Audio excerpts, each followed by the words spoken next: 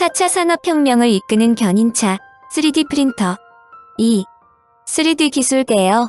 3차원 프린터는 입체적으로 그려진 물건을 마치 미분하듯이 가로로 10,000개 이상 잘게 잘라 분석한 후 입체 형태를 만드는 방식에 따라 크게 한 층씩 쌓아 올리는 적층형과 큰 덩어리를 깎아가는 절삭형으로 구분한다. 적층형은 석고나 나일론 등의 가루나 플라스틱 액체 또는 플라스틱 실을 종이보다 얇은 0.01에서 0.08mm의 층, 즉 레이어로 겹겹이 쌓아 입체 형상을 만들어내는 방식이다. 잉크젯 프린터가 빨강, 파랑, 노랑 세 가지 잉크를 조합해 다양한 색상을 만드는 것처럼 3차원 프린터는 설계에 따라 레이어를 넓거나 좁게 위치를 조절해 쌓아 올린다. 레이어의 두께는 약 0.01에서 0.08mm로 종이 한 장보다도 얇다. 쾌속 조형 방식으로 인쇄한 물건은 맨눈에는 곡선처럼 보이는 부분도 현미경으로 보면 계단처럼 들쭉날쭉하다. 그래서 레이어가 얇으면 얇을수록 물건이 더 정교해지며 채색을 동시에 진행할 수 있다. 적층형도 여러 가지 방식으로 나뉜다. 선택적 레이저 소결 조형, 광경화석물질 적층 조형, 압출 적층 조형이다. 광경화석물질 적층 조형 방식은 펄 박사가 특허를 받아 스트라타시스 회사에서 상업화에 성공한 것으로 액체 원료에 레이저를 분사해 만들고자 하는 형상대로 고체화시키면서 3차원의 결과물을 만들어내는 것이다. 선택적 레이저 소결 조형 방식은 원료가 되는 고운 가루를 얇게 뿌린 다음 형상을 만들 지점을 레이저로 소결시키는 방식이다. 즉, 레이저가 닿는 부분에 열이 가해져 가루가 점차 구워지면서 결합되는 것이다. 플라스틱에서 금속에 이르기까지 레이저로 소결할 수 있는 소재라면 무엇이든 SLS 방식의 3D 프린터에 활용할 수 있다는 점에서 완성되는 모형의 종류를 다양화할 수 있다. 다른 방식의 3D 프린터보다 물체를 완성하는 데 걸리는 시간이 빠르다는 점도 SLS 방식의 장점으로 평가된다. 또 다른 기술에 비해 상대적으로 정밀한 모형을 제작할 수 있다. 이와 비슷한 파우더 베드 프린팅은 원료가 되는 고운 가루를 얇게 뿌린 후 바인더라고 불리는 접착제와 컬러 잉크를 설계대로 뿌려서 쌓아 올리는 방식이다. 가장 많이 사용되는 기술은 압출 적층 조형 방식이다. 압출기가 노즐을 통해 원료를 밀어 얇게 짜면서 이를 층층이 쌓아 올리는 것을 말한다. 원료가 나오는 노즐과 원료가 쌓이는 플랫폼이 함께 움직이면서 3차원의 모양이 만들어지는데 원료가 되는 필라멘트의 가격도 그리 비싸지 않다. 물론 성형 목적에 따라 사용되는 재료가 다르다. 일반 3D 프린터는 ABS나 PLA와 같은 플라스틱을 주로 사용하지만 푸드 프린터는 초콜릿, 크림, 반죽 등을 원료로 사용하므로 다소 다른 방식을 사용한다. 그러나 완성된 모형의 품질이 상대적으로 떨어진다는 점은 FDM 방식 3D 프린터의 단점이다. 모형을 층층이 나눠 쌓아 올리기 때문에 아무리 얇게 쌓아 올린다고 해도 완성된 모형에서는 층이 두드러져 보이기 때문이다. 정밀한 모형을 제작하는 데는 한계가 있다. 또한 프린트하는 데 상대적으로 오랜 시간이 걸리며 노즐이 플라스틱을 녹인 후 베드에 도포하는 방식이라 출력 속도가 느리다는 단점도 있다.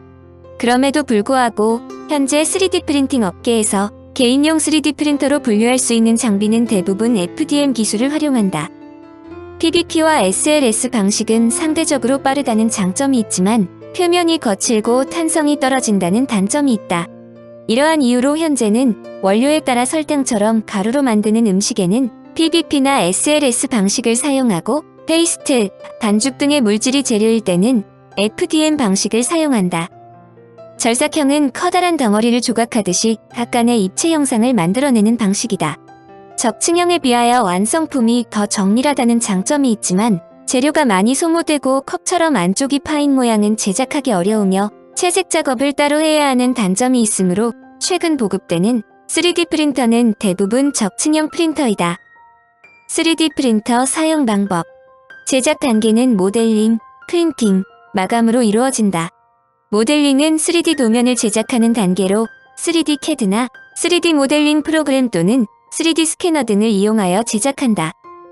프린팅은 모델링 과정에서 제작된 3D 도면을 이용하여 물체를 만드는 단계로 적층형 또는 절삭형 등으로 작업을 진행한다. 이때 소요시간은 제작물의 크기와 복잡도에 따라 다르다. 마감은 산출된 제작물에 대해 보완 작업을 하는 단계로 색을 칠하거나 표면을 연마하거나 부분 제작물을 조립하는 등의 작업을 진행하는 것이다. 예를 들어 무지개 빛달의 컵을 만들려면 먼저 보라색 레이어를 여러 겹 쌓아 둥근 바닥을 완성하고 남색부터 빨간색까지 벽을 쌓아 올린다. 나일론이나 석패를 미세하게 빻은 가루를 용기에 가득 채운 뒤 그 위에 프린터 헤드가 지나가면서 접착제를 뿌리는 것이다. 가루가 엉겨붙어 굳으면 레이어 한 층이 된다. 레이어는 가루 속에 묻히면서 표면이 가루로 얇게 덮인다. 다시 프린터 헤드는 그 위로 접착제를 뿌려 두 번째 레이어를 만든다. 설계도에 따라 이 동작을 무수히 반복하면 레이어 수만 층이 쌓여 물건이 완성된다. 인쇄가 끝나면 프린터는 가루에 묻혀있는 완성품을 꺼내 경화제에 담갔다가 5에서 10분 정도 말리면 작업은 끝난다. 3차원 프린터의 장점은 컴퓨터의 도면을 인식시키면 다양한 재료를 사용하여 무엇이든 인쇄할 수 있다는 점이다. 실과 바늘 없이도 복잡한 패턴을 자랑하는 옷을 만들거나 여러 약품을 적절하게 섞어 알약 하나로 압축할 수도 있다.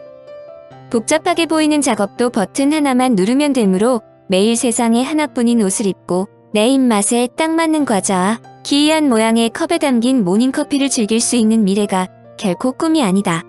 그러므로 학자들은 각 가정의 냉장고가 필수인 것처럼 가정마다 3D 프린터 한 대씩 비치하게 될 날이 멀지 않을 것으로 예상하는 이유다. 액체 재료로 인쇄하는 방식도 비슷하다. 3차원 프린터에 들어가는 액체 재료는 빛을 받으면 고체로 굳어지는 광경화성 플라스틱이다.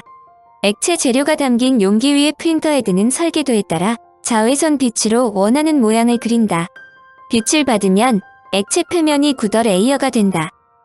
첫 번째 레이어는 액체 속에 살짝 잠기고 그 위로 다시 프린터 헤드가 지나가면서 두 번째 레이어를 만든다.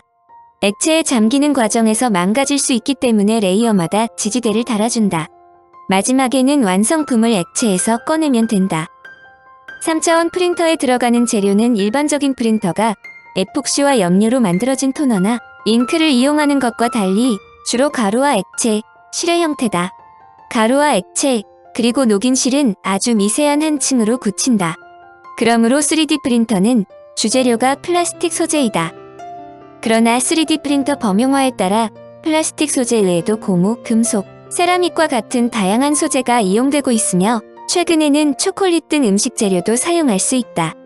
3차원 프린터에 들어가는 실은 플라스틱을 길게 뽑아낸 것이다. 실타래처럼 둘둘 말아놨다가 한 줄을 뽑아 프린터 헤드에 달린 노즐로 내보낸다. 이때 순간적으로 강한 열인 700에서 800도를 가해 플라스틱 실을 녹인다. 프린터 헤드가 실을 녹이면서 그림을 그리면 상온에서 굳어 레이어가 된다. 3D 프린터, 모든 기술 공개. 3D 프린터가 1980년대에 개발되었고 많은 분야에서 획기적인 적용이 가능함에도 근래 비로소 각광을 받기 시작한 것은 3D 프린터의 특허를 확보한 3D 시스템스와 스트라테시스사의 횡포 때문으로 볼 수 있다. 이들은 3D 프린터 시장을 양분하면서 엄청난 고가로 3D 프린터를 판매했다. 결국 3D 프린터는 대형 회사 즉 항공이나 자동차 산업 등에서 시제품을 만드는 용도로 제한적으로 사용될 뿐이었다. 그런데 이런 규제가 특허법에 의해 해제된 것이다. 미국은 특허의 권리 보장을 20년으로 규정하고 있는데 2006년 3D 시스템스의 찰스 헐이 보유한 광경화 적층 방식 SLA 기술의 원천 특허가 만료되었고 2009년에는 스트라타시스의 스콧 크럼프가 보유한 압출 적층 방식의 특허가 만료됐으며 2014년에는 선택적 레이저 소결 방식의 특허가 만료됐다. 오늘날 3D 프린터 업계에서 가장 많이 쓰이는 핵심 특허 3가지가 최초 발명가와 기업의 손을 떠나 대중의 품에 안겨진 것이다. 물론 특허 만료가 곧 기술의 무료화로 직결되는 것은 아니다. 원천 특허 외에도 이를 보조하거나 발전시킨 관련 특허가 다수 존재하는 것이 일반적이기 때문이다. 이 문제를 해결해 준 것이 보이어 박사의 오픈소스 운동, 즉 랩랩 프로젝트이다. 랩랩은 신속한 프로토타입 복제기를 줄인 말로 다시 말해 스스로 복제할 수 있는 3D 프린터라는 의미다. 2004년 보이어 교수는 3D 프린터 회사의 횡포를 어떻게 하면 막을 수 있는가를 고민했다. 당시 가장 저렴한 상용 3D 프린터 가격이 약 4만 달러이므로 일반인들이 3D 프린터를 갖는다는 것은 거의 불가능한 일이었다. 그러므로 보이어 교수는 3D 프린터가 스스로를 복제할 수 있도록 하자는 아이디어를 도출했다. 보이어 교수는 2008년 최초의 랩랩 프로젝트 이름으로 오픈소스 3D 프린터 다윈을 개발하여 공개했고 2009년에는 맨델, 2010년에는 헉슬리를 공개했다. 모두 FDM 방식의 3D 프린터로 관련되며 부품을 쉽게 구할 수 있는 데다 3D 프린터로 제작하여도 문제가 없을 정도로 단순한 구조로 디자인된 제품들이다. 램랩을 앞세운 오픈소스 프로젝트가 3D 프린터의 기술적 대중화를 이끌었지만 마침 이때 벌어진 메이커 운동이 대중으로 하여금 3D 프린터에 본격적으로 관심을 갖도록 불을 지폈다.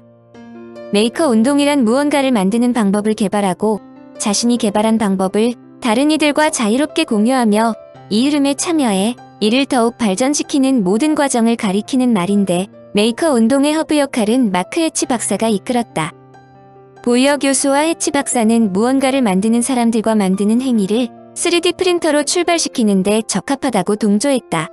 전통적인 의미에서의 제조는 대량 생산을 가리키는 것이 일반적이었지만 메이커 운동에서는 대량 생산이 필요 없다.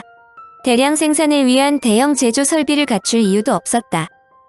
3D 프린터는 보통 사람들이 가정이나 심지어 책상에 올려두고 필요할 때 필요한 물건을 만들 수 있는 간단한 장비이기 때문이다.